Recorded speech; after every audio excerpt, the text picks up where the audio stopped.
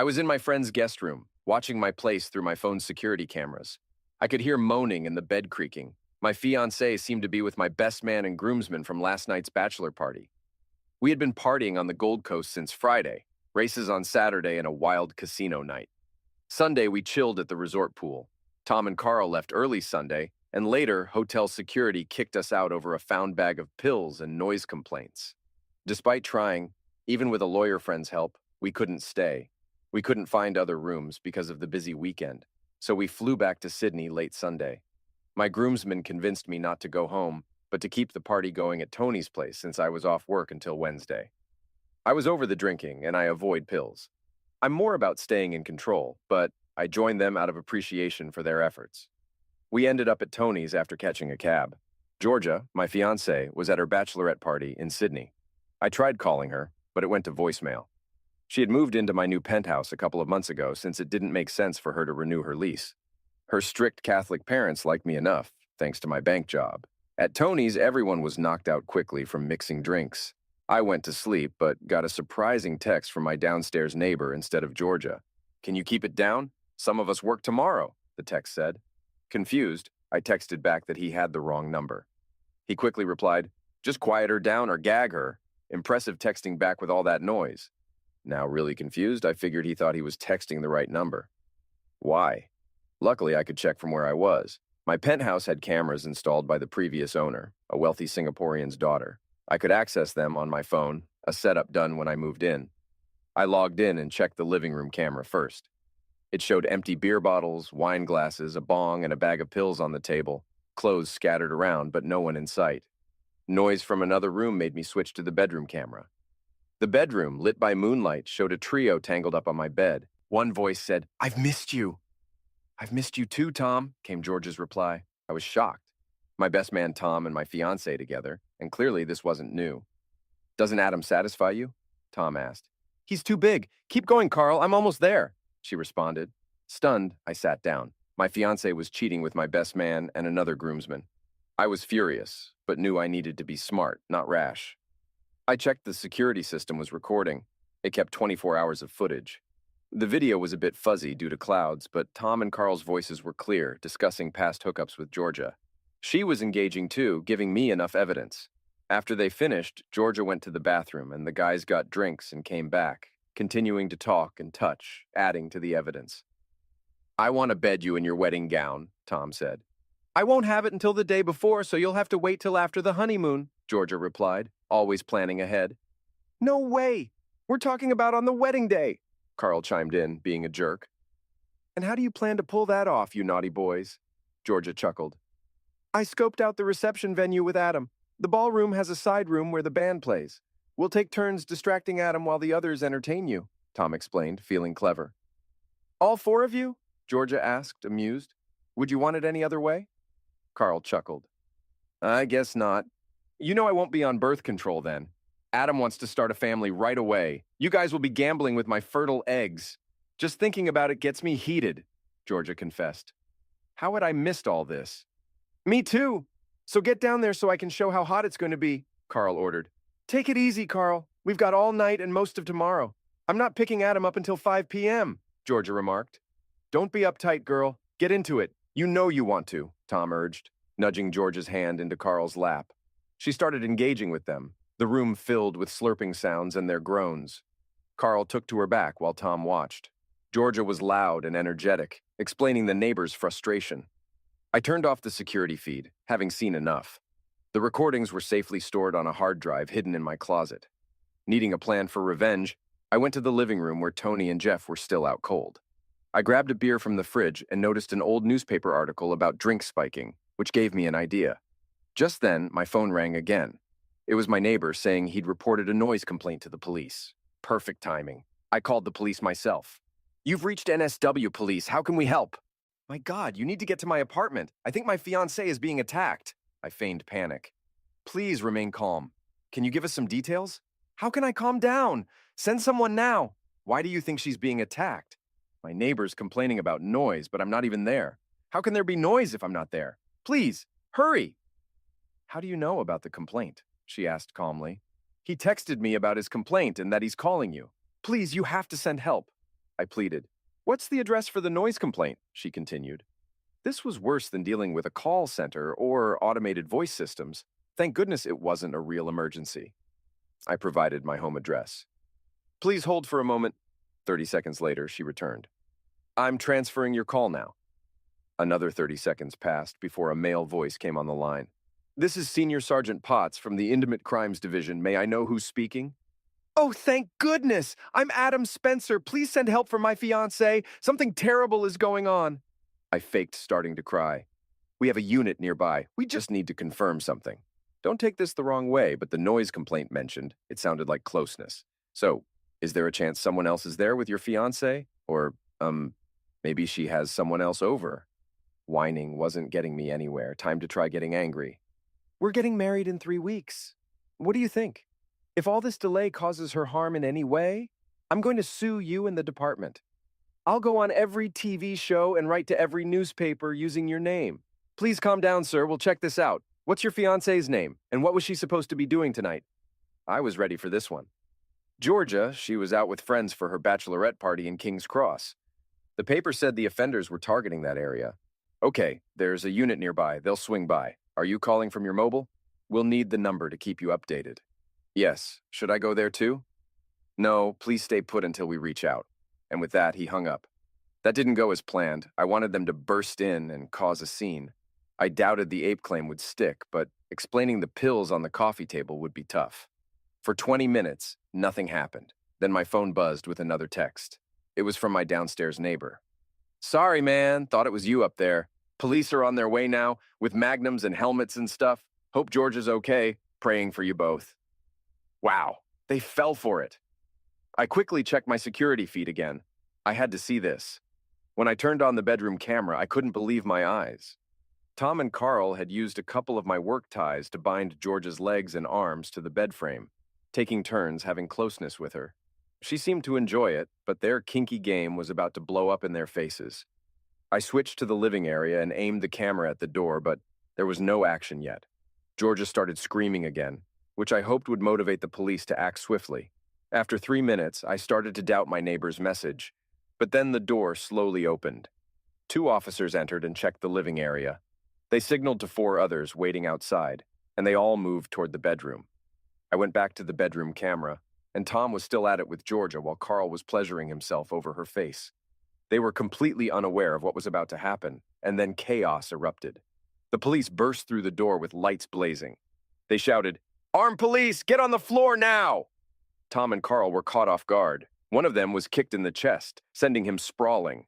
Tom kept going despite the chaos until another officer grabbed him by the hair and pulled him off Georgia, leaving him lying on the floor next to Carl. What a sight! Carl and Tom were lying without clothes on the floor, with 2 cops sitting on them, handcuffing their hands behind their backs. Georgia tied to the bed, surrounded by strangers with magnums. One of the officers covered her with a blanket and started untying her while they pulled Carl and Tom to their feet and escorted them out the door. Finally, the guys found their voices. "What the heck is going on?" Tom yelled. "You sick perverts will pay for this. You'll be the ones suffering where you're headed," a cop growled as he pushed Tom against the door frame. "She was into it. It wasn't ape," Carl interjected, but he regretted it when another officer slammed the butt of his tool into Carl's stomach, causing him to fall forward onto his face. They escorted the guys out of the room, and a female officer came in and took charge of Georgia, who was now free and wrapped in a blanket. She sat Georgia down in a chair by the window and spoke gently, reassuring the bewildered Georgia. "Don't worry, Georgia, you're safe now. The senior sergeant will contact your fiancé and have him meet us at the hospital." "The hospital?" "Yes, we need to get you checked out. Do you want your mother to be there too? The hospital has a great team to support you through this difficult time. They're experienced in helping victims of offense." Georgia looked stunned, like a deer caught in headlights. "Ape," she stuttered. "Don't worry, honey, they can't harm you anymore. Just take your time. The paramedics will be here soon." This was going to be intriguing. Would she accuse them of ape, or try to lie her way out of it? The pressure to choose would be immense. Either claim offense or admit to consensual closeness and be labeled as promiscuous. Everyone in that room knew she was engaged. I switched cameras to check on Tom and Carl. They were sitting on the couch in their underwear, while an officer in plain clothes questioned them about the pills, but they remained silent. "Come on, guys, we've found a large amount of pills here. You're likely beyond personal use and into the dealing territory. That could land you in prison for at least 3 years, even before considering the ape accusations. We're just saying it wasn't ape. Beyond that, we're exercising our right to remain silent and waiting for our lawyer, Tom said firmly. Help us out now, and we can all wrap this up early, the officer urged again. The guys stayed silent and stone-faced. Fine, have it your way, the officer turned to his colleagues. Take them to the van, get them to the station, and let them make their phone call. The armed officers lifted Tom and Carl off the couch and escorted them out the door. Meanwhile, the other officer gestured for the female officer to join him outside the bedroom. They conferred quietly, making it impossible for me to hear. When they finished, the female officer returned to Georgia, while the other officer dialed a number. Suddenly, my phone started ringing. Hello? I tried to sound as worried as possible. Mr. Spencer, it's Senior Sergeant Potts. What's happened? Have you found Georgia? Is she okay? What? My rapid-fire questions were cut off by the sergeant. Calm down, Mr. Spencer. We have your fiancée. She'll be taken to the hospital soon. Oh my God, is she all right? Yes, it's just a precautionary checkup. I'll give you more details at the hospital. We should reach St. Vincent's in about 10 minutes. Call me when you arrive and I'll find you to brief you on our operation. Before I could respond with another frantic question, he hung up. I called for a taxi and left Tony's place. Everything had turned out better than I expected, but I was unsure about the police's take on the situation. Would they believe Georgia or Tom and Carl? I needed to stay alert to keep this situation under control. At the hospital, a constable greeted me and led me to a room off to the side. Inside, a tall, thin man with a prominent nose was on the phone. The constable told me to wait, then poked his head into the room to inform the man of my presence. After finishing his call, he approached me with his hand outstretched. I'm Senior Sergeant Potts, he said, shaking my hand. I'm Adam Spencer. Where's my fiancée? She's with the doctor at the moment. You'll be able to see her soon. But first, I'd like to have a quick word with you. He gestured to a chair at the desk and took a seat across from me. Clearing his throat, he continued, Earlier tonight, 5 armed officers entered your apartment and apprehended 2 males who had your fiancée tied to your bed. They were having closeness. We have them at the police station and they're currently being questioned. Your fiancée. Georgia, I interjected. Georgia is currently being examined by medical staff and giving statements. She'll be done soon. In the meantime, I have a few questions to help us understand everything, Senior Sergeant Potts explained. Is all this really necessary? Shouldn't Georgia's well-being come first? I just want to see her, I protested. You'll see her soon, sir, but I need to clarify a few things first. He ran his hand through his hair, then leaned forward. Where were you tonight? Why does that matter? I asked innocently. If you were home, Georgia might not be here now. I get it. Well, I was at a friend's house. It was my bachelor party this weekend. We got back late from Brisbane, and one of my groomsmen insisted we continue the celebration at his place, I explained. Where exactly was this? Renwick, I think, or one of the nearby eastern suburbs. What time did your neighbor contact you about the noise? I'm not sure. Let me check my phone. The text should have a timestamp, I said, pulling out my phone and scrolling through messages. At 11:45 p.m. I want to show you a couple of pictures on my phone. They're of the men we have in custody. Let me know if you recognize them, he said. Is this normal procedure? Just a hunch. These 2 don't fit the profile of offenders. They look more like young office workers to me, he explained, showing me the images on his phone. I tried to appear shocked, then angry. What? Is this some kind of joke? Why do you have pictures of Tom and Carl? I demanded. Who are Tom and Carl? Tom's my best man. Carl's one of my groomsmen. What's going on? They were the 2 men we found without clothes at your apartment. Why weren't they at your party? They left Brisbane early. They said they had work tomorrow, or so they claimed. I slumped in my chair, trying to look defeated. Someone spoke from behind me. Hey, Mick, can I talk to you? It was the policewoman from my apartment. Can you step outside for a minute, Mr. Spencer? She asked. I got up and headed for the door, leaving my phone on the chair. I had set it up to record my conversation with the sergeant, thinking it might come in handy later. They chatted for a while, then both left together. I'll be back with your fiancée. Georgia, shortly, she said as she left. I grabbed my phone, put in my earpiece, and listened to their conversation. The policewoman began, We've done all the checks. I've taken down a statement, but she hasn't signed it yet. What's your gut feeling on this? The sergeant inquired.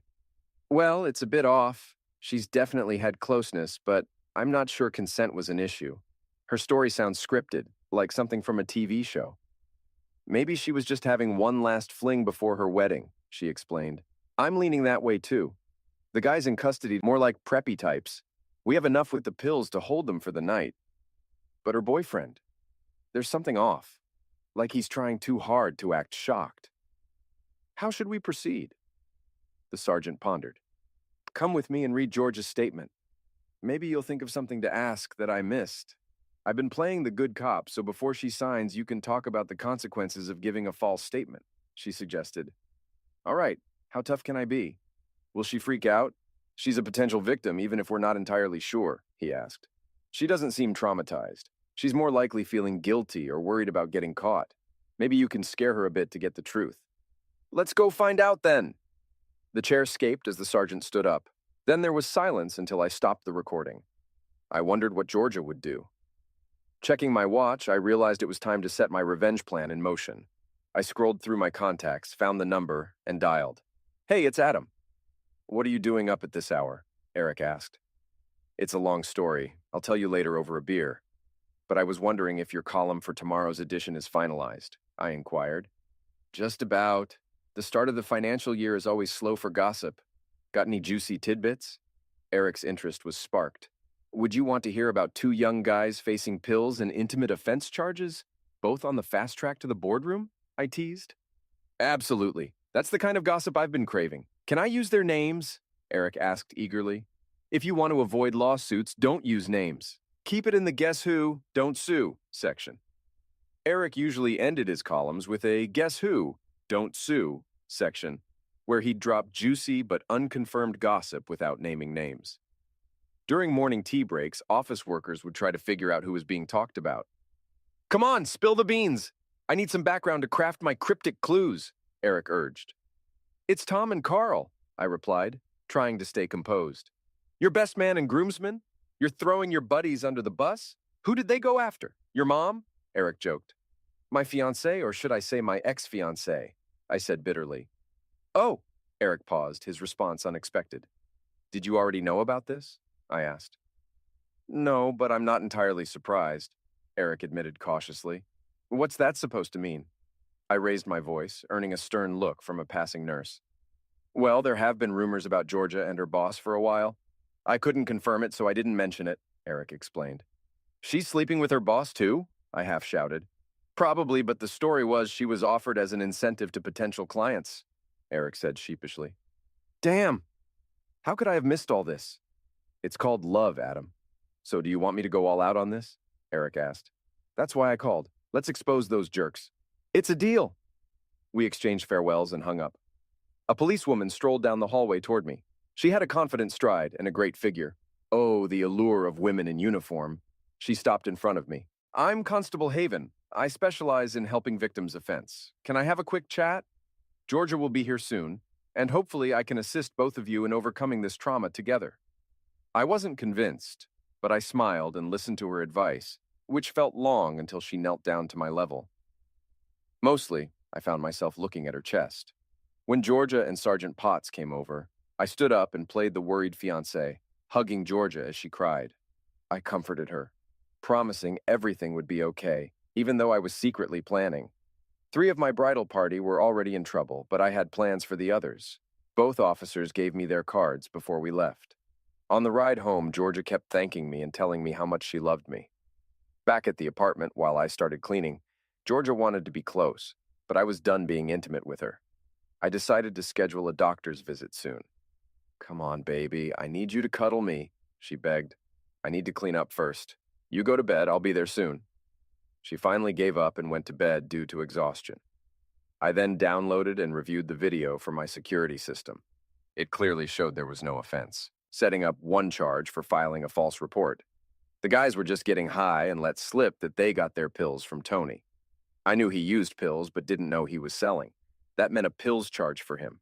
They also mentioned a big buy they funded with Tony, planning to double their money, which could mean serious charges for possession with intent to distribute. They might avoid jail with good lawyers, but their careers were ruined. I was still figuring out if Jeff was involved when I decided to send the CCTV footage to the police. Originally planning to email it later, I chose to call early, around 3 a.m., hoping to leave a voicemail but showing I wasn't hiding anything. Surprisingly, Sergeant Potts answered. Hello, Senior Sergeant Potts? He sounded irritated. I hoped I hadn't disturbed his sleep. It's Adam, Adam Spencer. We met at the hospital when I picked up my fiancée. I hope I didn't wake you? No, not at all. I'm on the night shift. I don't sleep until 8 a.m. His mood wasn't getting any sunnier. Listen, I don't want to take up too much of your time, but there are 3 CCTV cameras connected to a hard drive in my apartment. I sniffled and cleared my throat, trying to sell it. Oh, really? That grabbed his attention. Why didn't you mention this earlier? Have you checked it out? I could almost picture him suddenly sitting up, leaning forward with anticipation. I guess with everything going on, I forgot. I have. I paused again and sniffled. Sorry, it's tough. I looked at it and I stopped abruptly and the sergeant took the bait. What? What did you see, Adam? Adam, are you still there? I don't think it was Ape. Oh God, they came in together laughing and kissing. I let out a choked sob and pretended to cry. Was there anything about the pills? The sergeant pressed. He already suspected the Ape claim was false, but he still seemed eager to pin something on the boys. I didn't watch much after that, but they were putting them on the coffee table. I lied. I need to see that footage. There are 2 high-powered lawyers here making a lot of noise about lawsuits. Can you send it to me? I could email it, I think. Hold on and I'll give you an address. We need to get it quickly. He gave me the address, then hung up. I went to my computer and sent a copy of the entire footage from the 3 cameras. I went to the spare room and tried to get some sleep, but just ended up tossing and turning with my eyes closed. I couldn't believe I had misjudged my girlfriend and my buddies so badly. Around 5, my phone rang. Sorry, I hope I didn't wake you from a deep sleep. It was Sergeant Potts, and he sounded much happier. I was in bed, but I'm having trouble sleeping, I replied shortly. Yes, well, that's understandable, given the circumstances. Look, I won't keep you. Could we grab a coffee when I finish my shift at 8? There are a few updates I want to discuss with you. Sure, I don't have any plans. My response was tinged with bitterness. There's a coffee shop in Surrey Hills, just down from the Oxford Tavern. Do you know it? Yes, I don't go in there much. Too many cops. Yes, I suppose there are. Well, I'll see you at 8. He hung up and I went back to tossing and turning, trying to sleep. I got up at 7 a.m. and took a shower. Georgia was still asleep, or at least pretending to be. I doubted she was eager to talk to me until she had a chance to come up with a story. I turned on the morning TV shows, hoping to distract myself from the last 24 hours. The top story on the 7.30 news quickly grabbed my attention. The Pills Squad police conducted a dawn raid in the beachside suburb of Bronte. A 2-story house was raided and 2 men were detained in connection with an inner-city pills ring. Neighbors of the house said the occupant was a nice young guy who worked for a bank in the city. Police aren't giving any more details yet, but confirmed that a large quantity of pills had been seized. They also mentioned that they were holding other individuals, who they hope can assist with their investigation. Oh yeah, serves you right, you jerks. Sergeant Potts would be pleased. I got dressed and was about to leave to meet the sergeant when I remembered my chat with the gossip columnist. I went back to the computer and checked the online edition. At the bottom of the CBD column, under the bold heading, Guess Who Don't Sue, which high-profile PR exec and socialite's upcoming wedding plans are on hold after she was caught red-handed with a couple of members of the bridal party? Unfortunately, her soon-to-be ex-fiancé and rising star in the private banking world wasn't one of them. Delicious. That would surely have the office workers in the city gossiping at the water cooler this morning. Suddenly, I thought of George's parents. They were good people and didn't deserve to find out about the impending troubles secondhand. I called them right away, and Jack, George's father, answered. Hi, Adam. How's the Bucks weekend going? It ended early after some trouble in Brisbane. Can I meet up with you and Janice sometime this morning? What's wrong, Adam? I sensed concern in his voice. I chose not to discuss the details over the phone with Jack, instead inviting him to meet in person later in the morning at a pastry shop near his old office. He agreed, cautioning me to wait for all the facts before making any decisions. Despite his advice, I felt confident in what I knew and left for our meeting, enjoying the mild, sunny weather in Sydney. At the coffee shop, Sergeant Potts updated me on the case progress. Although the CCTV footage wasn't usable in court, it helped the police pressure the suspects into turning on each other during separate interrogations. This led to a raid on Tony's house where they found more pills. Tony broke under pressure, offering to name his supplier in exchange for a deal.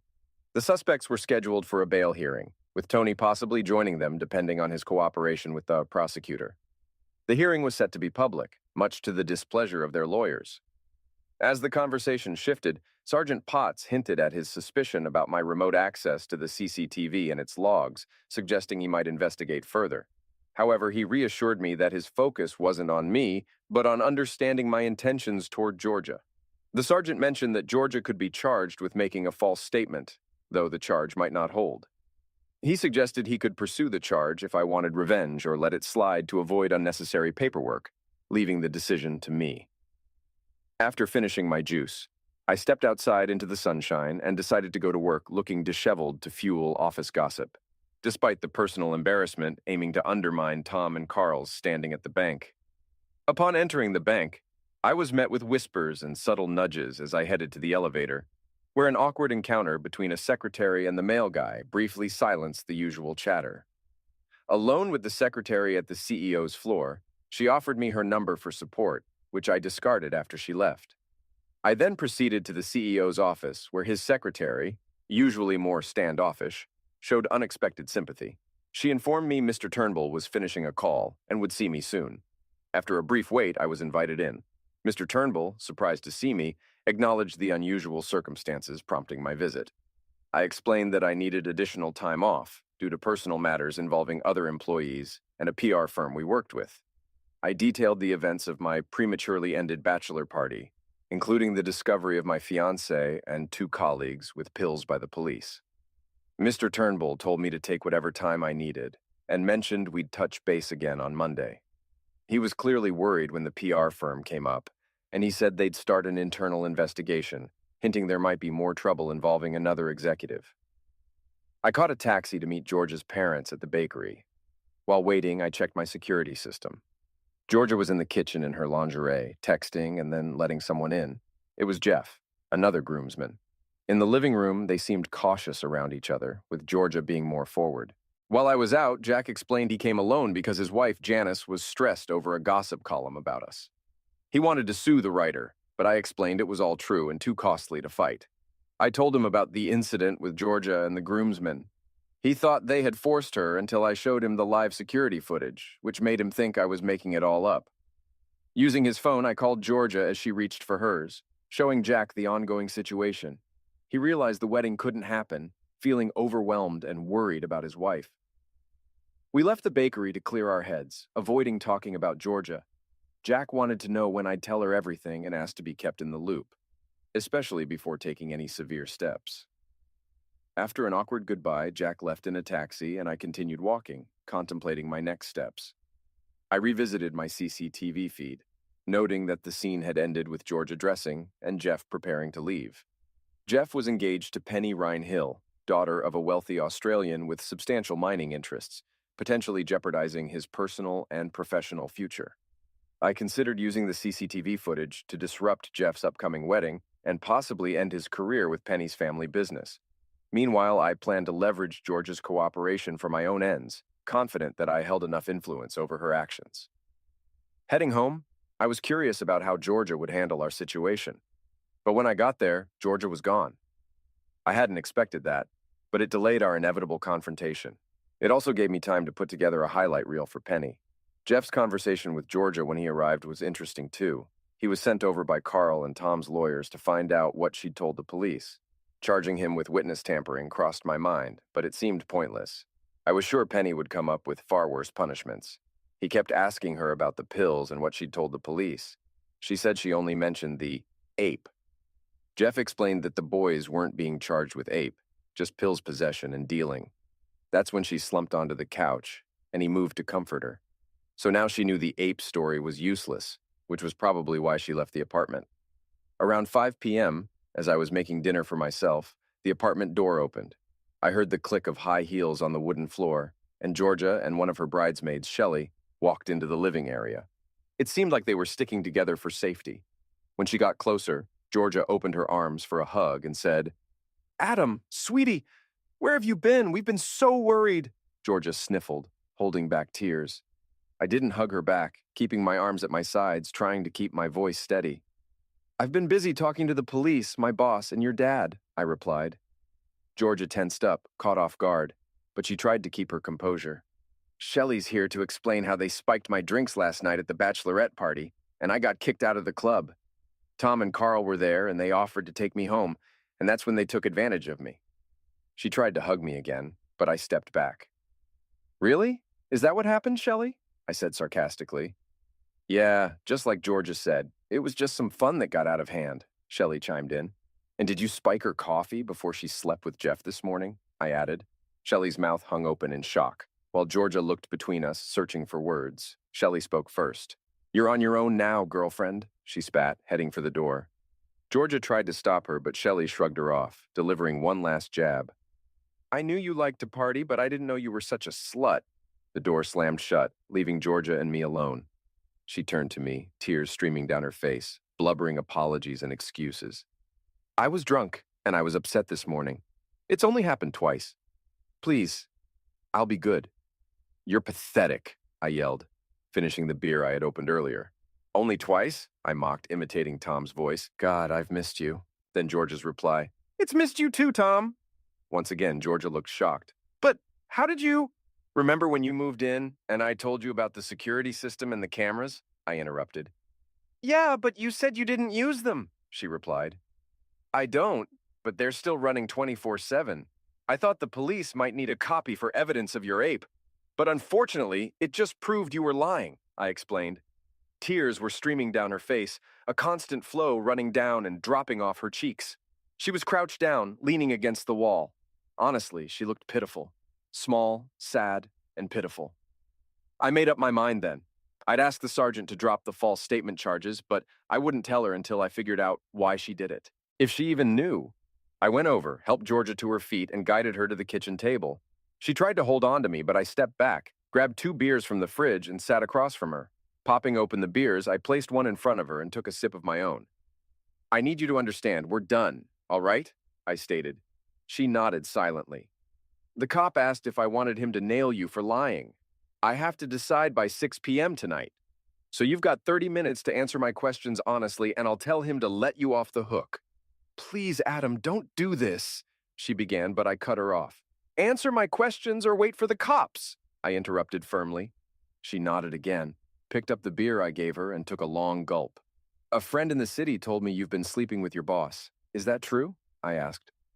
Georgia nodded once more, wiping her tears with the back of her hand. For how long? I inquired. About 9 months, she replied, sniffling loudly. You've only been there 10. Why the hell would you do that? I exclaimed. I was recruited for a new corporate team, supposed to be the top in the market, Georgia explained, sniffling again. My boss, Jeremy, called me into his office after a month. He wasn't pleased. She paused, taking another drink. Her sniffles were driving me nuts, so I grabbed a box of tissues from the sideboard. She blew her nose loudly and continued. Jeremy said I wasn't contributing enough. I told him I was working harder than anyone. He came around his desk, stood in front of me, and said I was hired for my assets, and it was time to use them. Then he started unbuttoning my blouse. Wow, that's straight up intimate offense. Why did you put up with that? Easy for you to say. You're the prodigy, youngest guy ever to snag a $1 million bonus. I was on my 3rd job in 2 years trying to make my mark. Her tears were gone, replaced by anger. By sleeping with your boss? That's one way to build a reputation, but not a good one. My mouth landed us 4 big accounts. I couldn't believe she was proud of being a corporate prostitute. And now they'll kick you to the curb, and you'll have to hustle for real. I don't think so. Jeremy wanted some insurance, so I secretly recorded some of our encounters. I kept copies to protect myself. Now, that was interesting. If I could get a copy of her and Mr. Turnbull, I might be able to mess up that jerk. Where do you keep the copies? I asked, hoping it wasn't at work. On the desktop at work. Darn it, I exclaimed, slamming my beer bottle on the table. What's wrong? Georgia looked scared. I would have loved to have a copy of one with you and Mr. Turnbull. I stood up and went to the window. I've never... She trailed off, meeting my gaze. How did you find out? She finally asked. Pretty obvious, right? You're using your assets to land new clients. Our bank happens to be one of them. Is that all you want? If you're that eager to watch it, I'll just head to work and make a copy, Georgia shouted, causing her chair to tip over as she stood up. You won't even make it through the front door, I called after her. She stopped and turned back towards me. What do you mean? Your boss will be covering his tracks. You'd be greeted at the door by a security guard with a box of your stuff. There's no way they'd let you near your computer. Georgia bit her lip, a telltale sign of uncertainty. Dropping her keys back on the table, she came back towards me and slipped into the office. I peered in and found her sitting in my chair, booting up the computer. I can access my computer remotely, she declared triumphantly. I watched as she entered her access code, trying it again and again. Her shoulders slumped as she realized I was right. She'd been locked out. Damn it! She sank back into the chair, apparently defeated, but then sat up with renewed determination. There's a back door into Jeremy's computer where I put the video files. Yes, that's it. I leaned over the chair. Copy everything, I instructed. You'll need some leverage for your severance pay negotiations. More importantly, I needed something to mess up my boss's life. I left her to it, and about 20 minutes later, Georgia emerged from the office, grinning and waving a portable hard drive. Got all the juicy stuff? Did you manage to grab a copy of his incoming and outgoing emails? I asked hopefully. Yeah, but I thought you were after the spicy stuff, she teased, continuing to strut toward me. I raised my hand. Hold on. I've seen more than enough of your antics in the past 24 hours to last me a lifetime. I just need some insurance in case the bank comes after me too. But I thought maybe we could, try again. Sell everything, move overseas, start fresh. Unfortunately, there's not much fresh about you, Georgia. When I saw you with Tom and Carl, I figured maybe you were drunk. But today with Jeff, you need help, but I'm not sticking around to see how it turns out. She started crying again. I grabbed the portable hard drive and headed to the office. Georgia ran into the bedroom, slamming the door behind her. The hard drive was even better than I expected. Turns out Jeremy and Mr. Turnbull were old pals. They exchanged emails about Georgia and her skills, and even had their own threesome file with her. But that wasn't the best part. They'd conspired to defraud the bank. Mr. Turnbull wanted to beef up his retirement fund, so he had Jeremy inflate the tender bid for the PR contract.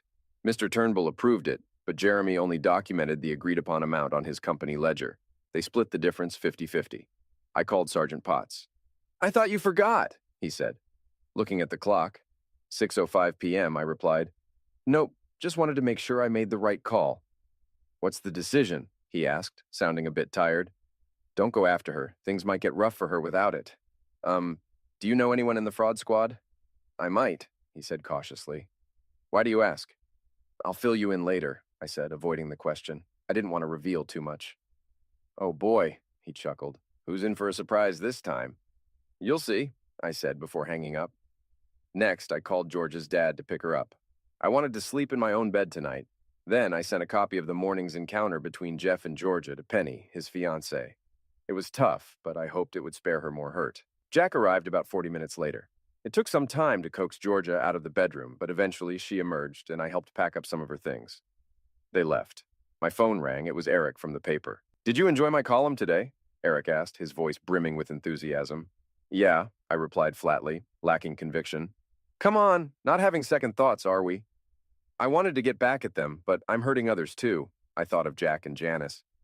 There's always collateral damage in war. Who do you want me to target tomorrow? I pondered for a moment. You still there? Eric asked. Yeah, just thinking. He was like a scavenger, circling for another meal. The 2 groomsmen caught with Georgia and 1 other will be charged tomorrow with pills offenses. Sorry, mate, but 3 bankers caught with a joint won't cut it, he said, disappointment evident. Not possession charges, but importation and supply, I added.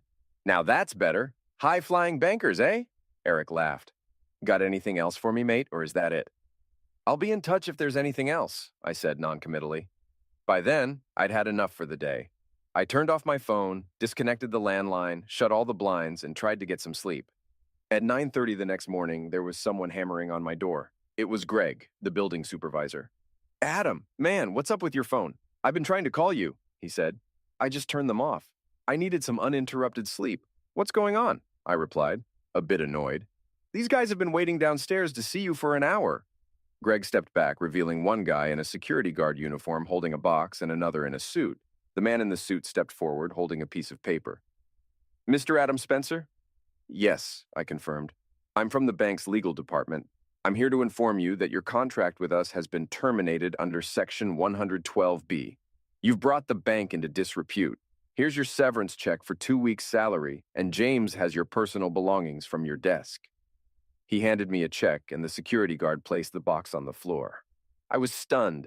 They were halfway back to the elevator when I snapped out of it. Hold on! I signed a new contract 3 weeks ago, guaranteeing me 9 months' wages plus 50% of my last bonus, I shouted after them.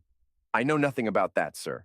If you want to take it up with the bank, I suggest you get a lawyer, the man in the suit said before heading to the elevator with the security guard. The building supervisor shrugged and followed them.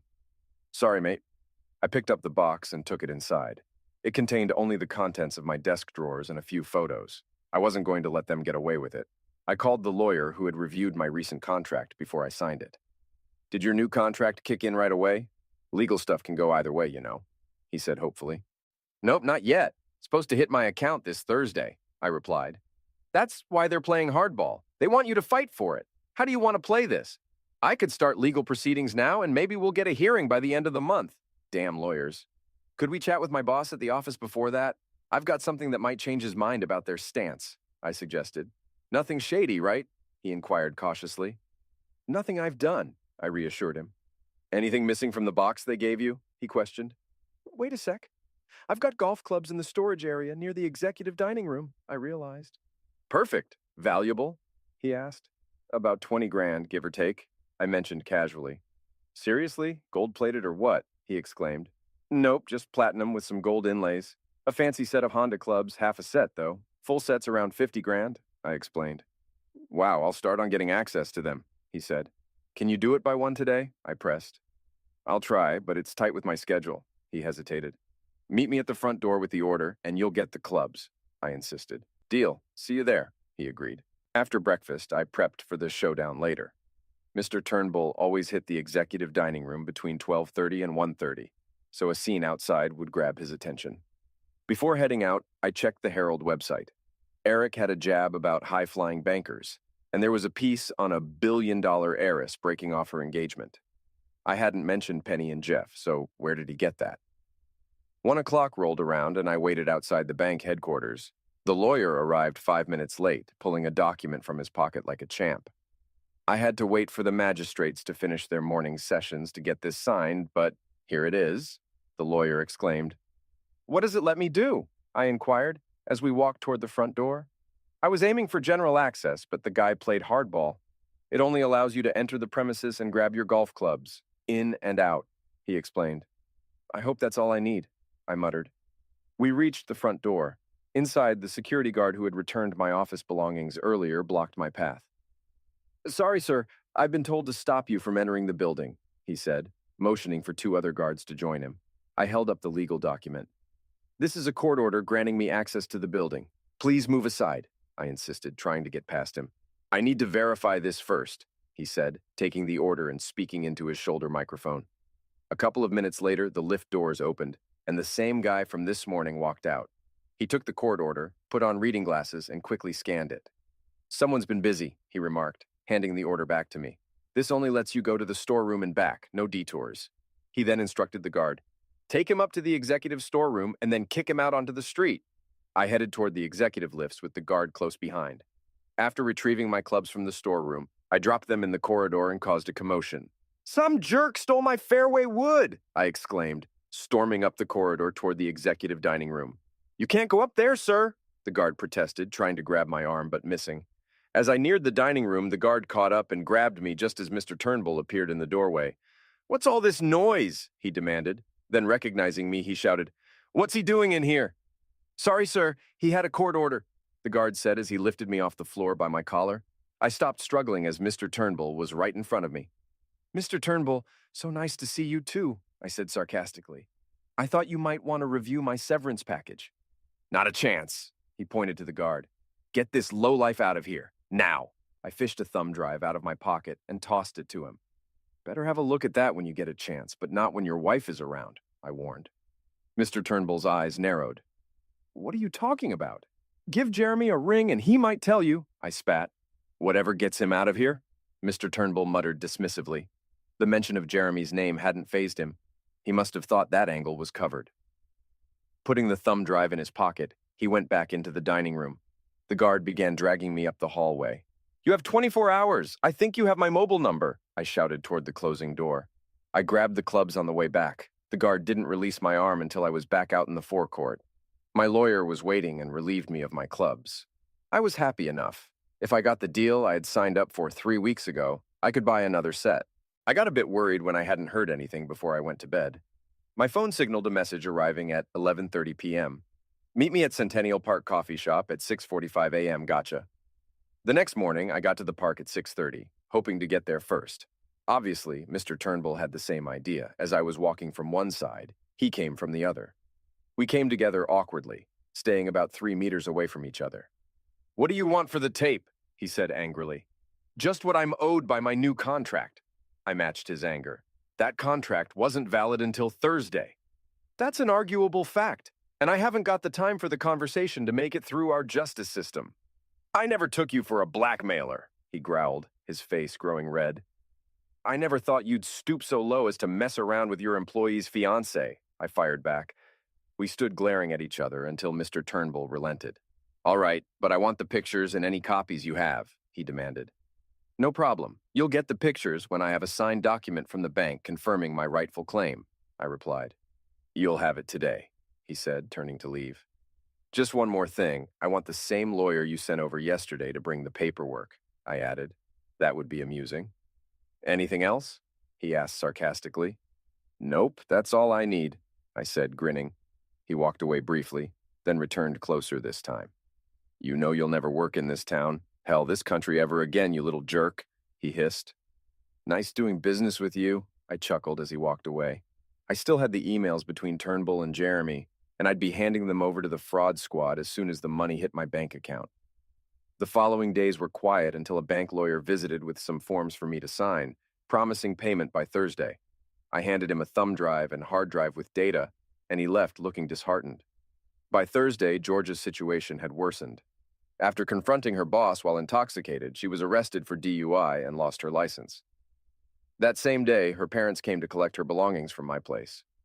Meanwhile, Tom, Carl, and Tony were granted bail, though the prosecutor highlighted their case in a media statement about pills issues in the corporate sector. Jeff had disappeared, reportedly sent to a risky mining project in South America by Penny's family. That afternoon, I received a substantial sum, $720,000, into my bank account. The next day, fraud and securities detectives visited me to discuss some suspicious emails, which I admitted were obtained illegally, causing some frustration about their use in any legal action. Afterwards, finding a new job became challenging, as Mr. Turnbull seemed to have tainted my reputation within the banking industry. While contemplating my next steps, Penny Rhine-Hill offered me an escape, inviting me to join her on the family jet to Mauritius for an extended break at their luxurious compound. This spontaneous decision led to a 5-month hiatus filled with new adventures, not just with Penny, but others too, marking a wild chapter of my life. I returned mainly to witness Mr. Turnbull's trial on fraud and racketeering charges. Initially confident with a robust legal team, his composure crumbled by the end of the first day, as the prosecution presented compelling evidence of his involvement with Jeremy in the PR deal. Jeremy had turned state's evidence, agreeing to testify against Turnbull for a reduced charge, which led to the bank retracting its support. By the second day, the bank's legal team had abandoned him, leaving him with minimal representation and announcing their intention to recoup losses through civil actions. The prosecution quickly seized on this advantage, and the defense's desperate attempt to shift blame using footage of Turnbull, Jeremy, and Georgia failed to sway the narrative. Georgia and Jeremy were both dragged deeper into the scandal, with the media frenzy intensifying when they were summoned to testify. Despite the defense's efforts to discredit them, testimonies from Tom and Carl resonated with the judge, leading to Turnbull being formally charged. He eventually pled guilty, receiving a 2.5-year sentence but managed to transfer his assets to his wife, who then filed for divorce, leaving him seemingly destitute. The Department of Public Prosecution capitalized on the high-profile case, pursuing charges against Jeremy and Georgia as well. Jeremy faced multiple charges, resulting in a 3-year sentence, while Georgia received a suspended sentence for her part in the recordings, though her public image suffered greatly. Throughout the ordeal, I was scrutinized and mislabeled in financial circles, which damaged my career prospects permanently. When no one will hire you, you have to make your own way. I started a venture capital firm focusing on environmental projects. I'm not rolling in dough, but I'm getting by and hopefully making a positive impact. Penny and I stayed in touch, but she was a bit of a player, and I wasn't. I'm still on the lookout, but my trust issues tend to get in the way. I just launched a project to restore some wetlands about 700 kilometers west of Sydney, way out in the true outback. Two mining companies and a bank are funding it to polish up their corporate images. I'll be living in an old homestead that used to be the main house for a massive sheep station along the Darling River. Hopefully, the fresh air and vast skies will bring me some better luck.